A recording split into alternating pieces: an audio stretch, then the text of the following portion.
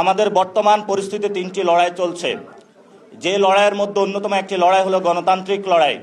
আপনারা দেখেছেন যে ক্যাম্পাসগুলোকে অস্থিতিশীল করার প্রচেষ্টা চালানো হচ্ছে। আমরা বলবো একটি গণতান্ত্রিক ক্যাম্পাসের জন্য আমরা আজীবন যুদ্ধ করেছিলাম, ভবিষ্যতে আমাদের লড়াইটা থাকবে।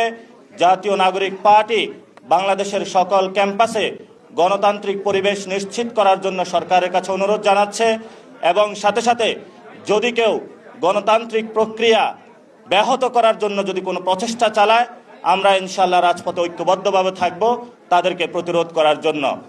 দ্বিতীয়ত যে বিষয়টি, সরকার জ্বালানি সংকট থেকে শুরু করে অনেকগুলো বিষয় বাংলাদেশের মানুষের সাথে লুকোচুরি খেলছে।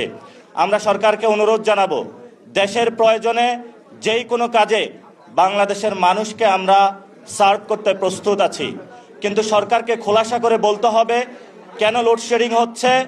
জ্বালানি সরকার বলছে যে জ্বালানি আছে, কিন্তু আমরা পেট্রোল পাম্পে গিয়ে জ্বালানি পাচ্ছি না। তাহলে সমস্যাটা কোথায়?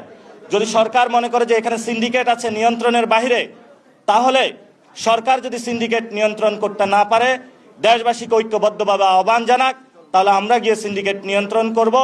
আমরা আশা করি যে সরকার জনগণের সামনে এই বিষয়গুলো খোলাসা করবে, যাতে জনগণ দেশের এই ক্রান্তিকাল মুহূর্তে, এটা শুধু বাংলাদেশ না, বৈশ্বিক ব্যবস্থা একটি পরিস্থিতির মধ্যে দিয়ে যাচ্ছে যে ইমার্জেন্সি ক্রাইসিসগুলো, জ্বালানি সংকট রয়েছে, ইনশাআল্লাহ আমরা আশা করি ঐক্যবদ্ধভাবে মোকাবেলা করতে পারবো। সাথে সাথে বিভিন্ন জায়গায় এসএসসি পরীক্ষার্থীরা আমাদেরকে ফোন দিচ্ছে যে লোডশেডিংয়ের কারণে তারা পড়াশোনা করতে পারছে না, তাদের পড়াশোনা ব্যাহত হচ্ছে, পরীক্ষার জীবনযাত্রা ব্যাহত হচ্ছে। এবং মার্কেটগুলোতে দেখেছি আমরা যে আমাদের অর্থনৈতিক ব্যবস্থা নিম্নমুখী হচ্ছে, জনগণের নাবিশ্বাস উঠছে, দ্রব্যমূল্যের দাম বাড়ছে। সেই জায়গায় আমরা এটাও চুপিসারে শুনতে পাচ্ছি সরকার মুদ্রাস্ফীতি নিয়ন্ত্রণ করা তো দূরের কথা, সেখানে শুনলাম আমরা নাকি বাংলাদেশ ব্যাংক থেকে হলো গোপনে গোপনে সরকার নোট ছাপাচ্ছে। তো সরকার যদি ফাইন্যান্সিয়াল ফিসকাল পলিসি থেকে যেটা আসতেছে আগামী অর্থ বছর, এই সময়ে যদি এটা নিয়ন্ত্রণ করতে না পারে, দেশের সংকটগুলো যদি নিয়ন্ত্রণ না করতে পারে, গণতান্ত্রিক পরিবেশ বাংলাদেশের ক্যাম্পাসগুলোকে নিশ্চিত করতে না পারে, তাহলে অবশ্যই সরকারকে জবাবদিহিতার জায়গায় অবশ্যই আসতে হবে। এই জন্য মাননীয় প্রধানমন্ত্রীকে আমরা বলবো, আপনার মুখ খোলা শুরু করুন। আমরা আপনার কাছে জবাবদিহিতা চাই।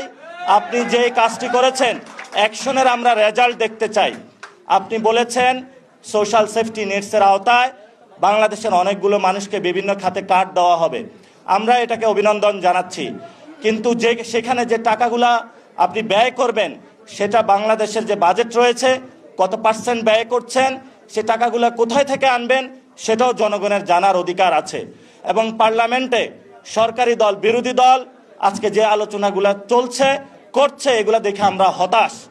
জনগণ আইন প্রণয়ন করার জন্য আপনাদেরকে পাঠিয়েছে, সেখানে যারা মানুষগুলো শহীদ হলো, জুলাই আহত হলো, সেই মানুষগুলোর একটি বড় দাবি ছিল যে বাংলাদেশে আমাদের হসপিটালগুলোতে অ্যাক্সেস থাকবে, এডুকেশনে অ্যাক্সেস থাকবে, নতুন নতুন আইন তৈরি হবে, যে আইন তৈরিগুলোর মধ্য দিয়ে আমরা একটি নতুন বাংলাদেশ দেখতে পাবো।